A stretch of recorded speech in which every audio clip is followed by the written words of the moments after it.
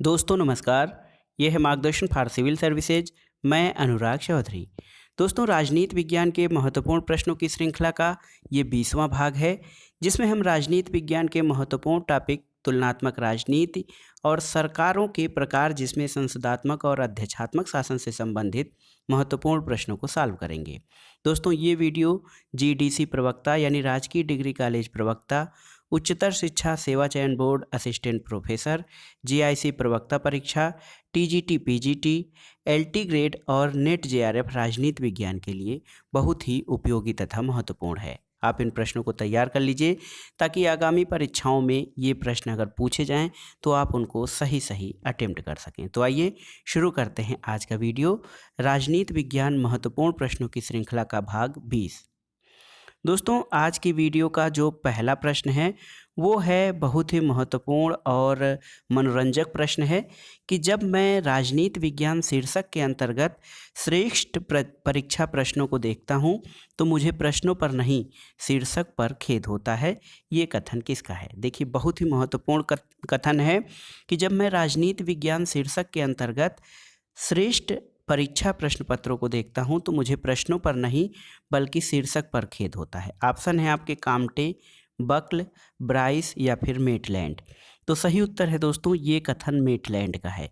Maitland राजनीतिक विश्लेषण के आधार पर इस शब्द की अनिश्चितता और पूर्वानुमान न कर पाने की क्षमता को लेकर मेटलैंड एक प्रकार से कटाक्ष करते हैं और इसी कारण वो कहते हैं कि जब मैं राजनीति विज्ञान शीर्षक के अंतर्गत परीक्षा प्रश्नों को देखता हूं तो मुझे प्रश्नों पर नहीं बल्कि शीर्षक पर खेद होता है। अगला प्रश्न है दोस्तों, हाब्स के अनुसार निम्नलिखित में से कौन सा एक कानूनों पर प्रतिबंध के रूप में कार्य करता है? ऑप्शन है प्राकृतिक कानून, दैवी कानून, अंतर्राष्ट्रीय कानून या फिर इनमें से कोई नहीं। तो सही उत्तर है हाब्स के अनुसार कानूनों पर प्रतिबंध के रूप में प्राकृतिक कानून या नेचुरल लॉ काम करता है, क्योंकि हाब्स प्राकृतिक कानून को बुद्धि द्वारा खोजा गया आदेश मानते हैं जिसका उद्देश्य आत्म परिरक्षण या स्वयं के जीवन की रक्षा करना है। और हाब्स का मानना है कि कोई भी ऐसा कानून जो व्यक्ति के जीवन को संकट में डालता हो उसका उल्लंघन किया जा सकता है। अगला प्रश्न है दोस्तों, तुलनात्मक राजनीति के क्षेत्र के बारे में निम्नलिखित में से कौन सा कथन गलत है? ऑप्शन है आपके ए, देखिए, तुलनात्मक राजनीति आदर्श राज्य की स्थापना करती है। तुलनात्मक राजनीति विश्व को कम भ्रांतिपूर्ण बनाती है। तुलनात्मक राजनीति इस पूर्वाभास में मदद करती है कि विश्व किस ओर अग्रसर है। और तुलनात्मक राजनीति उन संस्थानों और प्रथाओं को बनाती है जो हमारी अपनी से बेहतर या बदतर हैं।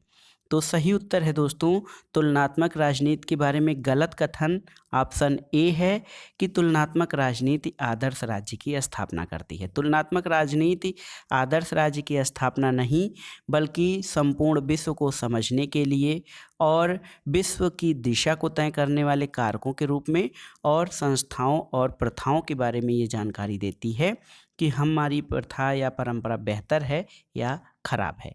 तो आदर्श राजनीति की आदर्श राज्य की स्थापना तुलनात्मक राजनीति का कार्य नहीं है।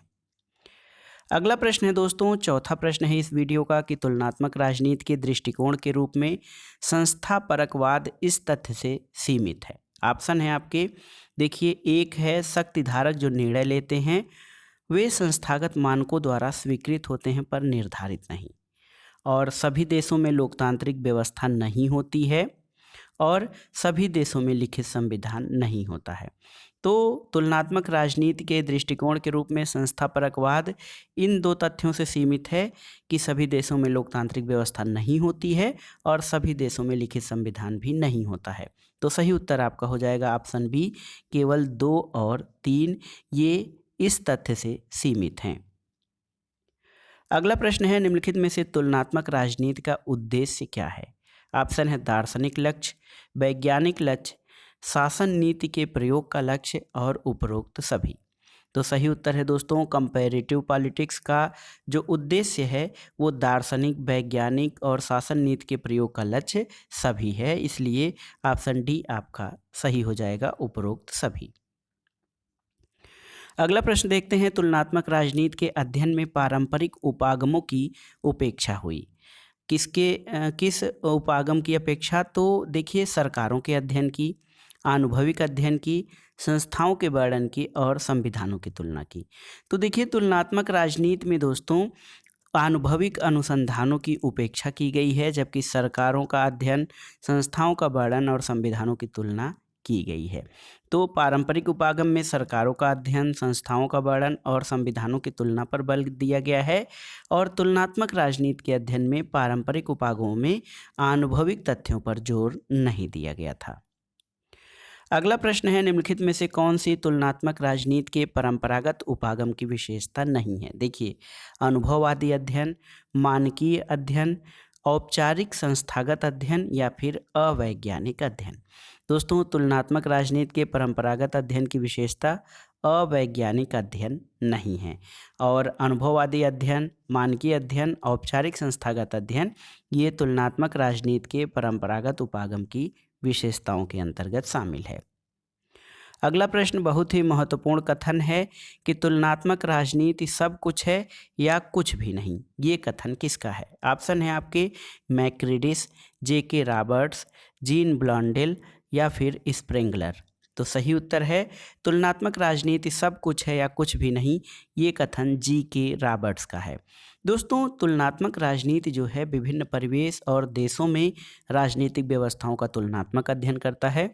इसके अध्ययन के विषय वस्तु को लेकर हमेशा संशय बना रहता है कि इसमें क्या क्या चीज़ें अध्ययन में शामिल की जाएं। दोस्तों इसके विषय वस्तु के रूप में G.K. रॉबर्ट्स ने अपने शोध ग्रंथ कंपैरेटिव पॉलिटिक्स टुडे में लिखा है कि तुलनात्मक राजनीति या तो सब कुछ है या कुछ भी नहीं है। अगला प्रश्न है, अध्यक्षात्मक शासन का सैद्धांतिक आधार क्या है? ऑप्शन है आपके शक्तियों का संतुलन, शक्तियों का पृथक्करण, शक्तियों का एकीकरण या फिर उपर्युक्त में से कोई नहीं। तो जो प्रेसिडेंशियल फॉर्म ऑफ गवर्नमेंट होता है दोस्तों अध्यक्षात्मक शासन, इसमें जो सैद्धांतिक आधार है वो होता है शक्तियों का पृथक्करण। सेपरेशन ऑफ पावर जो है वो अध्यक्षात्मक शासन व्यवस्था का मूल सिद्धांत है। शक्ति पृथक्करण का अर्थ होता है कि शासन की शक्तियां, दायित्व और नियंत्रण किसी एक व्यक्ति या संस्था के हाथों में नहीं बल्कि विभिन्न शाखाओं में बटे रहें और ये शाखाएं एक दूसरे से स्वाधीन होनी चाहिए। अगला प्रश्न है, तुलनात्मक राजनीति का अध्ययन समसामयिक राजनीति विज्ञान का हृदय है, ये कथन किसका है? तुलनात्मक राजनीति का अध्ययन समसामयिक या जो कंटेम्परेरी पॉलिटिक्स है उसका हृदय है, ये किसने कहा है? ऑप्शन है आपके M. Curtis, G.K. Roberts, Jean Blondel या R.C. मैक्रिडिस। तो सही उत्तर है ये कथन M. कर्टिस का है, जो मानते हैं कि तुलनात्मक राजनीति का अध्ययन समसामयिक राजनीति विज्ञान का हृदय है। अगला प्रश्न है, तुलनात्मक राजनीति का प्रथम अग्रगामी विचारक कौन था? कंपैरेटिव पॉलिटिक्स का अगर जो अग्रगामी विचारक माना जाए, ऑप्शन देखिए प्लेटो, अरस्तु, मैकियावेली और हॉब्स। तो सही उत्तर होगा अरस्तु, क्योंकि अरस्तु इसलिए है क्यों उसने 158 संविधानों का तुलनात्मक अध्ययन करने के बाद यूनान के लिए एक बेहतर शासन प्रणाली की रूपरेखा बनाया था। तो शुरुआती अध्ययन जो है तुलनात्मक राजनीति का वो अरस्तु के द्वारा किया गया था। अगला प्रश्न है, सरकार का व्यवस्थित वर्गीकरण अरस्तु ने सर्वप्रथम प्रस्तुत किया गया था। तो सबसे पहले किसके द्वारा प्रस्तुत किया गया था, प्रश्न ये है। ऑप्शन है प्लेटो, अरस्तु, मैकियावेली या मॉन्टेस्क्यू। तो सही उत्तर है दोस्तों तुलनात्मक राजनीति का सबसे पहले व्यवस्थित वर्गीकरण जो है, सरकारों का व्यवस्थित वर्गीकरण अरस्तु के द्वारा किया गया था। अरस्तु ने एक निश्चित कार्यप्रणाली और शासन में जो शासक व्यक्ति होते हैं उनकी संख्या के आधार पर सरकार का व्यवस्थित वर्गीकरण किया था। दोस्तों अरस्तु जो था उसने अपने शासन के रूप में पॉलिटी जिसको वो राजतंत्र कहता है उसको सर्वश्रेष्ठ सरकार ठहराता है। अगला प्रश्न है दोस्तों, निम्नलिखित वक्तव्यों में से कौन सा संवैधानिक सरकार की प्रकृति को ठीक प्रकार से स्पष्ट करता है? Constitutional government. ऑप्शन है आपके सीमित शासन, व्यक्तियों के स्वतंत्रता और अधिकार की रक्षा, व्यक्तियों के अधिकारों की सुरक्षा और उपर्युक्त सभी। तो दोस्तों जो संवैधानिक सरकार होती है उसमें सीमित शासन और व्यक्तियों के स्वतंत्रता और अधिकारों की गारंटी दी जाती है। तो ये उपर्युक्त सभी हो जाएगा संवैधानिक सरकार की प्रकृति के अंतर्गत। अगला प्रश्न है, कौन सी समस्या तुलनात्मक राजनीति की समस्या नहीं है? ऑप्शन है परिवृत्तियों की समस्या, धार्मिक मतभेद की समस्या, वैचारिक संरचना की समस्या या फिर भाषा और संस्कृति की विविधता की समस्या। तो सही उत्तर है दोस्तों, तुलनात्मक राजनीति की समस्या नहीं है, ये है धार्मिक मतभेद की समस्या। तुलनात्मक राजनीति की जो प्रमुख समस्याएं हैं उसमें प्रत्यय की रचना और परिभाषा, अमूर्तीकरण का स्तर और वर्गीकरण, तथ्य एकत्रीकरण, मानकों, संस्थाओं और व्यवहार में अंतः संबंध की समस्या और पृष्ठभूमि परिवर्तियों की समस्या है। और धार्मिक मतभेद की समस्या तुलनात्मक राजनीति की समस्या नहीं है। अगला प्रश्न है, राजनीतिक विकास या पॉलिटिकल डेवलपमेंट का साधन क्या है? ऑप्शन है आपके राजनीतिक दल, क्रांतिकारी नेता, राष्ट्रीयता की भावना या फिर उपर्युक्त सभी। तो सही उत्तर है राजनीतिक विकास के साधनों में ये सभी तत्व महत्वपूर्ण हैं, क्योंकि राजनीतिक दल, क्रांतिकारी नेता, राष्ट्रीयता की भावना ये सभी राजनीतिक विकास के साधन हैं। अगला प्रश्न अब आइए देखते हैं, सरकार के प्रकार, संसदात्मक और अध्यक्षात्मक शासन के प्रकारों से संबंधित महत्वपूर्ण प्रश्न। प्रश्न है दोस्तों, पहला प्रश्न है इस टॉपिक से, त्रिशंकु संसद का तात्पर्य क्या है? ऑप्शन है संसद में 2 दलों का बहुमत, संसद में 1 दल का बहुमत, संसद में 3 दलों का बहुमत या संसद में किसी दल का बहुमत नहीं। तो सही उत्तर है त्रिशंकु संसद। ये आम चुनाव में ये शब्दावली आती है चर्चा में जब संसद में किसी दल को बहुमत नहीं मिलता है। संसद में किसी दल को स्पष्ट बहुमत न मिलने की अवस्था को त्रिशंकु संसद कहा जाता है। त्रिशंकु या लटकती हुई संसद, इसका परिणाम ये होता है कि चुनाव के बाद मिली जुली या गठबंधन सरकार कर की स्थापना करना या फिर पुनः नए निर्वाचन की घोषणा करना। अगला प्रश्न है अल्पतंत्र का लौह नियम, इसको इंग्लिश में आयरन लॉ ऑफ ओलिगार्की कहा जाता है। ये सिद्धांत किसने दिया था? तो ये जो शासन का अभिजनवादी सिद्धांत है उससे संबंधित है ये। ऑप्शन है आपके मोस्का, मिचेल्स, पेरेटो या लासवेल।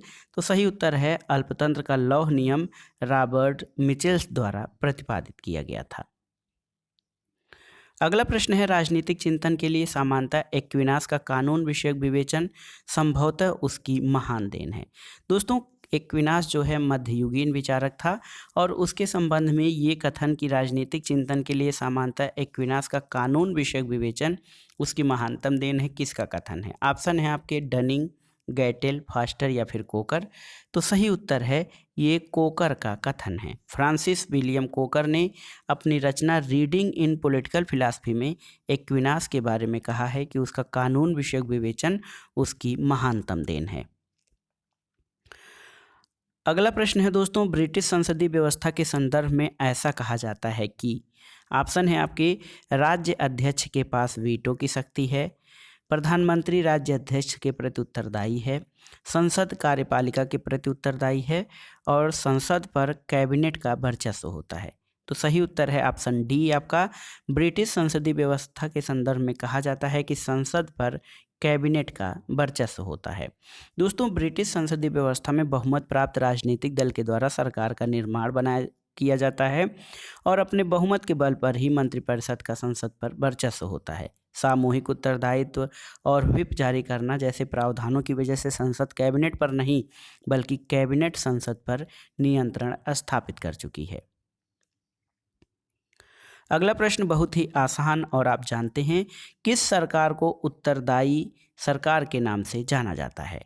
सही उत्तर है दोस्तों संसदीय सरकार। संसदीय सरकार को उत्तरदायी सरकार के नाम से जाना जाता है क्योंकि संसदीय शासन में कार्यपालिका संसद के प्रति उत्तरदायी होती है, इस कारण इसको उत्तरदायी सरकार कहा जाता है। अगला प्रश्न है, यह कथन किसका है कि संसदीय शासन प्रणाली में मंत्रिमंडलीय उत्तरदायित्व की ओट में नौकरशाही शासन करती है? तो ये कथन दोस्तों आपको याद रहना चाहिए, रैमजे मेयोर का है। वैसे ऑप्शन देख लेते हैं, Herman Finer, Harold Laski, Ivor Jennings और रैमजे मेयोर। तो सही उत्तर है रैमजे मेयर का ये कथन उनकी पुस्तक हाउ ब्रिटेन इज गवर्नड में दिया गया है और नौकरशाही की तुलना फ्रैंकेस्टीन दानव से की गई है जो अपने सृजनकर्ता को ही खा जाता है। इसलिए वो कहते हैं, ब्रिटेन के बारे में अध्ययन करते हुए रैमजे मेयर ने कहा है कि संसदीय शासन प्रणाली में मंत्रिमंडलीय उत्तरदायित्व की ओट में नौकरशाही फलती फूलती है या फिर शासन करती है। अगला प्रश्न, 7वां प्रश्न है, निम्नलिखित में से कौन सी संसदीय नियंत्रण की विधि नहीं है? राष्ट्रपति का अभिभाषण, संसदीय प्रश्न, किसी विषय पर आधे घंटे की बहस और बजट पर चर्चा। तो सही उत्तर है राष्ट्रपति का अभिभाषण। ये संसदीय नियंत्रण की विधि नहीं है, जबकि संसदीय प्रश्न, किसी विषय पर आधे घंटे की बहस और बजट पर चर्चा ये संसदीय नियंत्रण की विधियों में आते हैं। अगला प्रश्न है, भारत में कानूनी अधिसत्ता किसके अधीन है? ऑप्शन है आपके संसद, उच्चतम न्यायालय, राष्ट्रपति या फिर निर्वाचक गण। तो सही उत्तर क्या है दोस्तों? कानूनी संप्रभुता जो है वो संस्था से संबंधित होती है जो अंततः कानून निर्माण का अधिकार प्राप्त करती है। तो भारत में कानून निर्माण के लिए अंतिम रूप से संसद उत्तरदायी होती है, इसलिए कानूनी संप्रभुता या कानूनी अधिसत्ता इसके अधीन होती है। तो सही उत्तर हो जाएगा आपका ऑप्शन ए। अगला प्रश्न है, भारतीय राजनीतिक व्यवस्था का स्वरूप निम्नलिखित में से कौन सा है? ऑप्शन है आपके, देखिए, तीन शासन व्यवस्थाओं के रूप दिया है। गणतंत्रीय, संघीय अध्यक्षात्मक, गणतंत्रीय एकात्मक संसदीय, गणतंत्रीय संघीय संसदीय और गणतंत्रीय एकात्मक अध्यक्षात्मक। तो सही उत्तर है दोस्तों, भारत में जो राजनीतिक व्यवस्था का स्वरूप है वो गणतंत्रीय है, संघीय है और संसदीय है। तो सही हो जाएगा ऑप्शन आपका आंसर सी। भारत राज्यों का एक संघ है, यहाँ पर संघात्मक शासन व्यवस्था है। भारत में संसदीय शासन प्रणाली है क्योंकि यहाँ कार्यपालिका व्यवस्थापिका के प्रति उत्तरदायी होती है, और गणतंत्र इसलिए है क्योंकि यहाँ पर जो राष्ट्राध्यक्ष होता है वो जो है वंशानुगत नहीं बल्कि जो चुना हुआ प्रतिनिधि होता है। तो अन्य महत्वपूर्ण प्रश्नों के बारे में आप तथ्यों के बारे में जान सकते हैं कि संघात्मक संविधान के अंतर्गत मुख्यतः 2 प्रकारों की सरकार होती हैं, संसदीय या अध्यक्षात्मक। भारतीय संविधान ने संसदीय शासन व्यवस्था की स्थापना की है, और गणतंत्र शब्द इस बात का परिचायक है कि भारत की सरकार की शक्ति का स्रोत भारत की जनता है। और संघात्मक शक्तियाँ में, संघात्मक संविधान में कुछ लक्षण पाए जाते हैं: शक्तियों का विभाजन, संविधान की सर्वोच्चता, लिखित और कठोर संविधान, संविधान संशोधन की कठिन प्रक्रिया और न्यायपालिका की स्वतंत्रता। और संघात्मक संविधान में जो तत्व होते हैं वो सभी आवश्यक तत्व भारतीय संविधान में विद्यमान हैं। अगला प्रश्न, अध्यक्षात्मक शासन की जो है अध्यक्षात्मक शासन व्यवस्था की विशेषता के रूप में पूछ रहा है। अध्यक्षात्मक शासन व्यवस्था के अंतर्गत कार्यपालिका के सदस्य, ऑप्शन देखिए, विधायिका के दोनों सदनों से लिए जाते हैं, लोकप्रिय सदन से आते हैं, सभी किसी भी सदन के सदस्य नहीं होते हैं, या फिर मंत्री बनने के पश्चात विधायिका के सदस्य बन जाते हैं। तो सही उत्तर है दोस्तों, अध्यक्षात्मक शासन व्यवस्था के अंतर्गत कार्यपालिका के जो सदस्य होते हैं वो किसी भी सदन के सदस्य नहीं होते हैं। विधानमंडल उसके कार्यकाल में उनके पद से हटा नहीं सकती है, और कार्यपालिका भी विधानमंडल को समय से पहले भंग करने का निर्णय नहीं कर सकती है। अगला प्रश्न है दोस्तों, अध्यक्षात्मक शासन प्रणाली में क्या होता है? ऑप्शन है, संसद सरकार पर निर्भर करती है। ये गलत है। सरकार संसद से पूर्ण रूप से अलग होती है, सही है। सरकार संसद पर निर्भर करती है, नहीं। और न्यायपालिका स्वतंत्र नहीं होती है। तो अध्यक्षात्मक शासन प्रणाली में दोस्तों सरकार संसद से पूर्ण रूप से अलग होती है।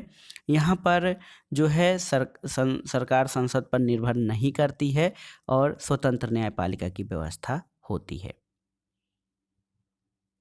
अगला प्रश्न है, सरकारों के वर्गीकरण संसदीय और अध्यक्षात्मक रूप में किस आधार पर किया जाता है?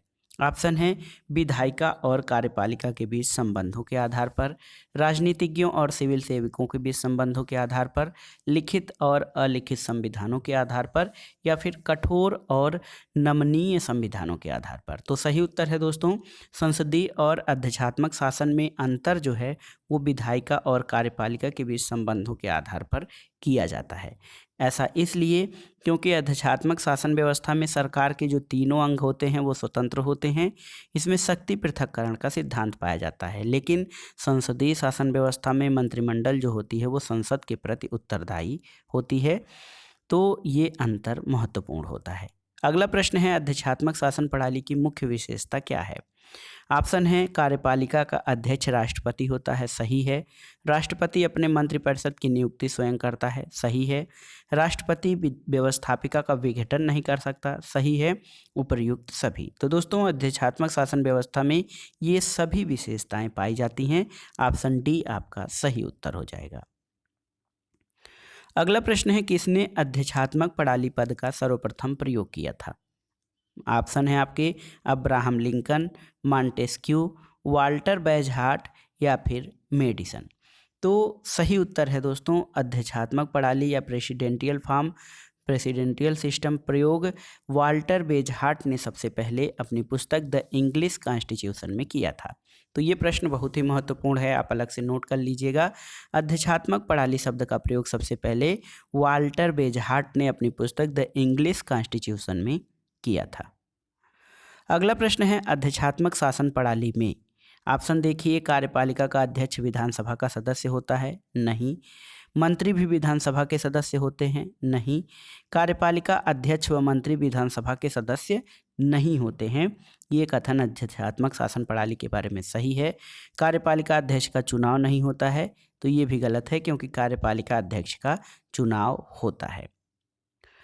अगला प्रश्न है कि अध्यक्षात्मक शासन प्रणाली में कार्यपालिका अध्यक्ष वास्तविक अध्यक्ष होता है, विधानसभा के प्रति उत्तरदायी होता है, नामधारी अध्यक्ष होता है या वीटो की शक्ति नहीं होती है। तो सही उत्तर है, अध्यक्षात्मक शासन प्रणाली में जो कार्यपालिका का अध्यक्ष होता है वही वास्तविक अध्यक्ष भी होता है। अगला प्रश्न है, अध्यक्षात्मक शासन व्यवस्था में राष्ट्रपति प्रधान है, किसका?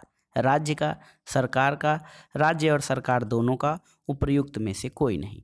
तो सही उत्तर है दोस्तों, अध्यक्षात्मक शासन व्यवस्था में राष्ट्रपति राज्य और सरकार दोनों का प्रधान होता है, क्योंकि अध्यक्षात्मक शासन व्यवस्था में राष्ट्रपति राज्याध्यक्ष और शासनाध्यक्ष दोनों होता है। अगला प्रश्न देखिए, बहुत ही महत्वपूर्ण है। अध्यक्षात्मक शासन व्यवस्था में राष्ट्रपति व्यवस्थापिका से स्वतंत्र होता है, व्यवस्थापिका पर निर्भर होता है, न्यायपालिका पर आश्रित होता है या फिर मंत्रिपरिषद की सलाह से बाध्य होता है। तो सही उत्तर है, अध्यक्षात्मक शासन व्यवस्था में राष्ट्रपति जो है वो व्यवस्थापिका से स्वतंत्र होता है। अगला प्रश्न देखते हैं, अध्यक्षात्मक व्यवस्था में कैबिनेट के सदस्य जिम्मेदार होते हैं, किसके प्रति? राष्ट्रपति के प्रति, व्यक्तिगत रूप से विधायिका के प्रति, सामूहिक रूप से विधायिका के प्रति या मतदाताओं के प्रति। तो दोस्तों, अध्यक्षात्मक शासन व्यवस्था में जो कैबिनेट के सदस्य होते हैं उनकी नियुक्ति राष्ट्रपति द्वारा की जाती है, इसलिए वो राष्ट्रपति के प्रति जिम्मेदार होते हैं और विधायिका के प्रति नहीं। तो सही उत्तर है, अध्यक्षात्मक शासन प्रणाली में कैबिनेट के सदस्य राष्ट्रपति के प्रति उत्तरदायी होते हैं, क्योंकि राष्ट्रपति ही अपने मंत्रिमंडल के सदस्यों को नियुक्त करता है और उसे हटा सकता है। अगला प्रश्न भी इसी से संबंधित है, अध्यक्षात्मक शासन प्रणाली में कैबिनेट के सदस्य किसके प्रति उत्तरदायी होते हैं? तो सही उत्तर है दोस्तों, राष्ट्रपति के प्रति। अगला प्रश्न है, आपको बताना है कि निम्नलिखित में से अध्यक्षात्मक शासन व्यवस्था किस देश में है? ऑप्शन है आपके भारत, संयुक्त राज्य अमेरिका, ब्रिटेन और फ्रांस। तो सही उत्तर है, अध्यक्षात्मक शासन व्यवस्था संयुक्त राज्य अमेरिका में है। संयुक्त राज्य अमेरिका को अध्यक्षात्मक शासन व्यवस्था का जनक भी माना जा सकता है, क्योंकि अमेरिका दुनिया का पहला देश है जहां इस प्रकार की शासन व्यवस्था अपनाई गई थी। ब्रिटेन को संसदीय शासन व्यवस्था की जननी कहा जाता है, क्योंकि ब्रिटेन में संसदात्मक शासन व्यवस्था का विकास हुआ था। और अध्यक्षात्मक शासन प्रणाली में राष्ट्रपति कार्यपालिका का वास्तविक प्रधान होता है, यानी समस्त कार्यकारी शक्तियां राष्ट्रपति में निहित होती हैं। इसी कारण संयुक्त राज्य अमेरिका में अध्यक्षात्मक सरकार है। अगला प्रश्न है, संसदीय सरकार जिसके अभाव में कार्य नहीं कर सकती वो क्या है? ऑप्शन है आपके लिखित संविधान, कठोर संविधान, राजनीतिक दल या फिर स्वतंत्र न्यायपालिका। तो सही उत्तर है, संसदीय सरकार राजनीतिक दलों के अभाव में कार्य नहीं कर सकती है, क्योंकि लोकतंत्र में राजनीतिक दलों का बहुत ही महत्वपूर्ण स्थान होता है। राजनीतिक दल राजनीतिक चेतना के केंद्र होते हैं और संसदीय सरकार में इनका महत्व और भी बढ़ जाता है, क्योंकि संपूर्ण राजनीतिक प्रक्रिया राजनीतिक दलों के आसपास घूमती है। संसदात्मक शासन प्रणाली की व्यवस्था में ऑप्शन देखिए, व्यवस्थापिका कार्यपालिका के प्रति उत्तरदायी होती है, नहीं। कार्यपालिका व्यवस्थापिका के प्रति उत्तरदायी होती है, सही।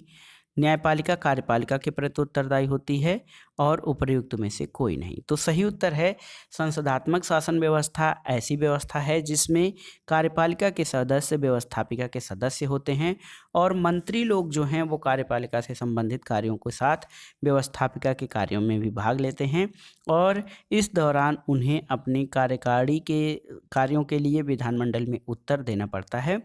तो ये संसदात्मक शासन व्यवस्था को उत्तरदायी सरकार इसलिए कहा जाता है कि यहाँ पर कार्यपालिका व्यवस्थापिका के प्रति उत्तरदायी होती है। अगला प्रश्न है, संसदात्मक शासन व्यवस्था में कार्यपालिका अपने समस्त कार्यों और नीतियों के प्रति उत्तरदायी होती है। तो ये है विधायिका या संसद के प्रति। कौन सा युग्म सिद्धांत है जिस पर संसदीय शासन प्रणाली निर्भर है? ऑप्शन देखिए, संसद की सर्वोच्चता, व्यवस्थापिका के प्रति कार्यपालिका का उत्तरदायित्व, न्यायपालिका की सर्वोच्चता या फिर शक्ति पृथक्करण। तो सही उत्तर है दोस्तों, संसदीय शासन प्रणाली जो है ये व्यवस्थापिका के प्रति कार्यपालिका का उत्तरदायित्व के सिद्धांत पर निर्भर करती है और शक्ति पृथक्करण का सिद्धांत ये अध्यक्षात्मक शासन व्यवस्था की मुख्य विशेषता होती है। अगला प्रश्न है, एक संसदीय सरकार में राज्य के प्रधान को क्या होता है?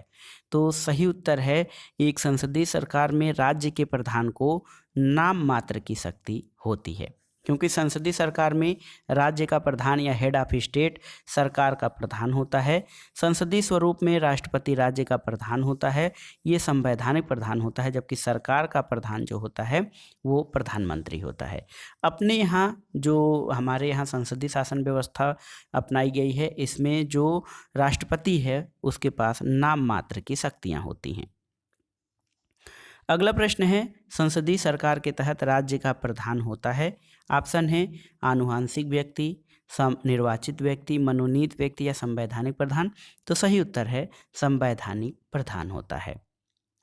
अगला प्रश्न है, संघात्मक संविधान का प्रमुख लक्षण क्या होता है? ऑप्शन देखिए, एक स्थान से शासन का न होना, केंद्र सत्ता का ही सब कुछ न हो, केंद्र और राज्य की दोहरी सरकारें और एक केंद्रीय शासन। तो सही उत्तर है संघात्मक संविधान या फेडरल कॉन्स्टिट्यूशन, इसमें केंद्र और राज्य की दोहरे सरकारें ये प्रमुख लक्षण होता है। क्योंकि संघात्मक शासन व्यवस्था में चार जो तथ्य हैं बहुत ही महत्वपूर्ण हैं। इसमें शक्तियों का विभाजन होता है केंद्र और राज्यों के मध्य, संविधान की सर्वोच्चता होती है, लिखित संविधान होता है और संविधान संशोधन की परिवर्तनीयता जो है, परिवर्तनशीलता वो कठोर होती है तथा यहाँ पर संघीय शासन व्यवस्था में स्वतंत्र और निष्पक्ष न्यायपालिका आवश्यक होती है। अगला प्रश्न देखिए, भारत को संघात्मक, एकात्मक इस तरह की विशेषताओं से युक्त किया जाता है। ऑप्शन पूछ रहा है कि भारत किस कारण से संघात्मक शासन कहा जाता है। ऑप्शन है आपके, न्यायपालिका स्वतंत्र है, संविधान लिखित है, संविधान में संघ और राज्यों के मध्य शक्तियों का वितरण किया गया है, मंत्रिमंडल का सामूहिक उत्तरदायित्व है। तो सही उत्तर है भारत में संघात्मक व्यवस्था इसलिए है क्योंकि यहाँ शक्तियों का विभाजन संविधान के द्वारा संघ और राज्यों के मध्य किया गया है। अगला प्रश्न है, संसदात्मक और अध्यक्षात्मक शासन के वर्गीकरण का आधार क्या है? तो ऑप्शन है दोस्तों, विधायिका और कार्यपालिका के जो संबंध हैं उन्हीं के आधार पर संसदात्मक और अध्यक्षात्मक सरकारों में वर्गीकरण किया जाता है। अगला प्रश्न देखते हैं, कौन अध्यक्षात्मक शासन व्यवस्था की एक विशेषता नहीं है? ऑप्शन है, इसमें दोहरी कार्यपालिका होती है, कार्यपालिका व्यवस्थापिका के प्रति उत्तरदायी नहीं है, कार्यपालिका का निर्वाचन एक निश्चित अवधि के लिए होता है और उपर्युक्त में से कोई नहीं।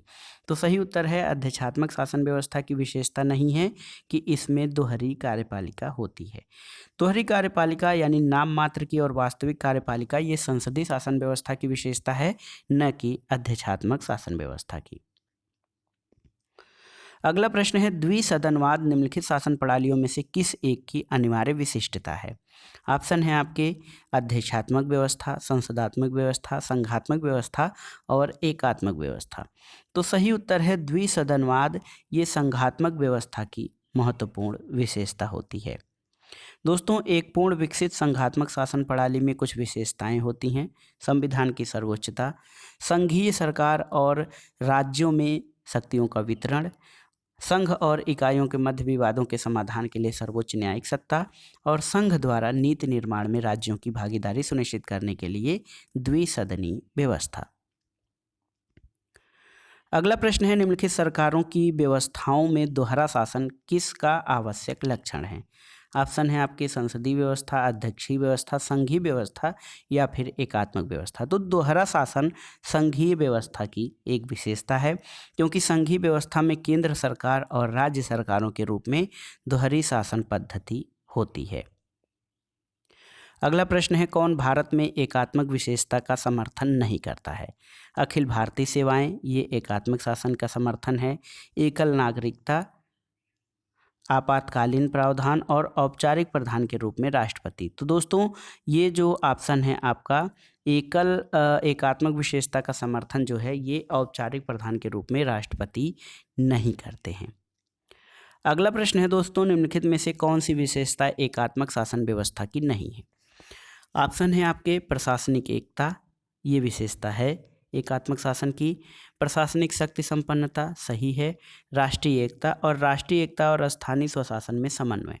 दोस्तों एकात्मक शासन में राष्ट्रीय एकता और स्थानीय स्वशासन में समन्वय इसकी एक विशेषता नहीं है, क्योंकि एकात्मक शासन व्यवस्था में केंद्रीय सत्ता महत्वपूर्ण होती है, और ये कहा जाता है कि केंद्रीय सत्ता में रक्त की अधिकता अधिक है और स्थानीय संस्थाएं रक्ताभाव से पीड़ित हैं। ऐसा इसलिए क्योंकि सारी शक्तियां केंद्र में होती हैं।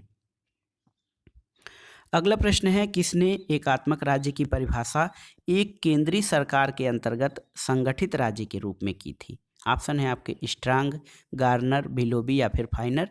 तो सही उत्तर है ये कथन स्ट्रांग का है। वो कहते हैं कि बहुत से देशों जैसे ब्रिटेन, फ्रांस, चीन में एकात्मक शासन है।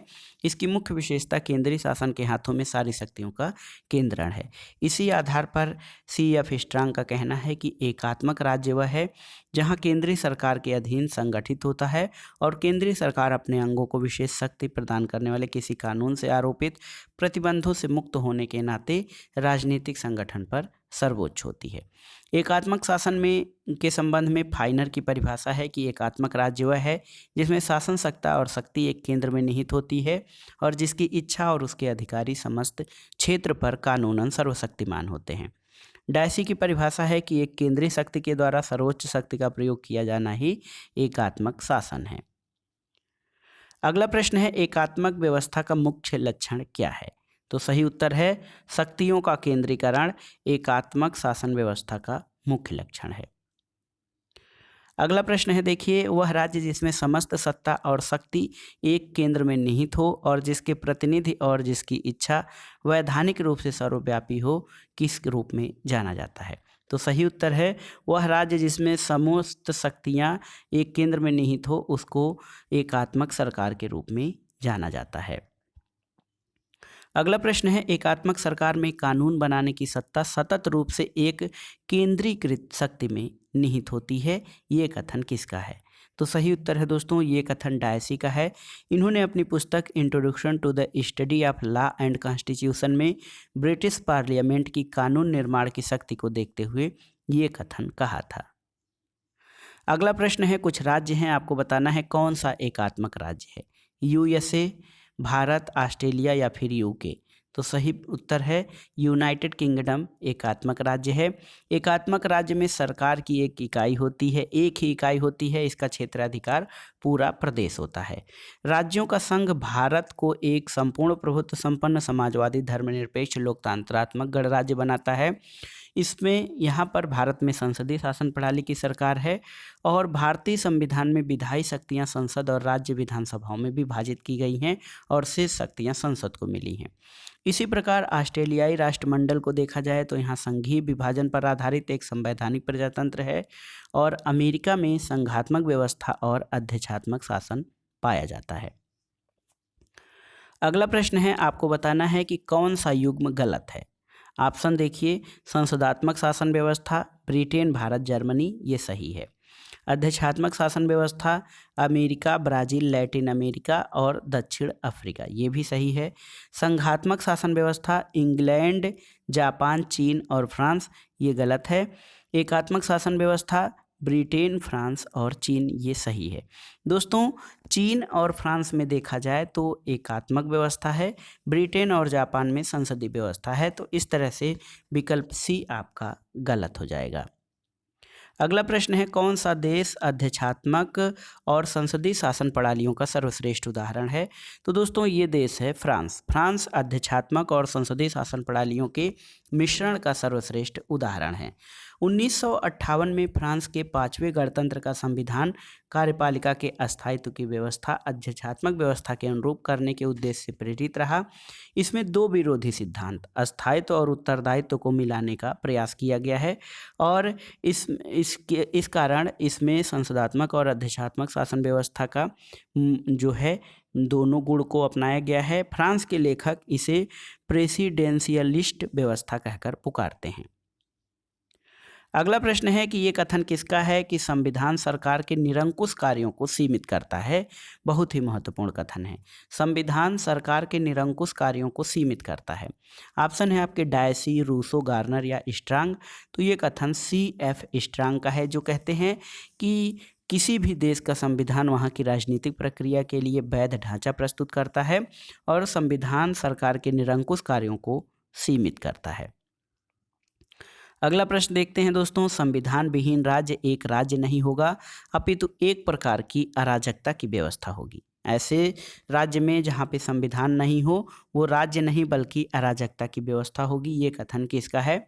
ऑप्शन है आपके अरस्तु, ब्राइस, जेलिनेक या फिर डायसी। तो सही उत्तर है दोस्तों जेलिनेक का कथन है कि संविधान विहीन राज्य एक राज्य नहीं बल्कि एक प्रकार की अराजकता की व्यवस्था होगी। तो दोस्तों ये था आज का वीडियो, जिसमें आपने राजनीति विज्ञान के महत्वपूर्ण टॉपिक तुलनात्मक राजनीति या कंपेरेटिव पॉलिटिक्स और सरकार के रूपों के बारे में संसदात्मक और अध्यक्षात्मक शासन व्यवस्थाओं के संबंध में महत्वपूर्ण प्रश्नों को हमने सॉल्व किया। ये वीडियो आगामी GDC प्रवक्ता परीक्षा, GIC प्रवक्ता, TGT, PGT, LT ग्रेड और राजनीति विज्ञान के नेट JRF अभ्यर्थियों के लिए बहुत ही उपयोगी तथा महत्वपूर्ण है। वीडियो आपको कैसा लगा हमें कमेंट बॉक्स में ज़रूर बताइएगा।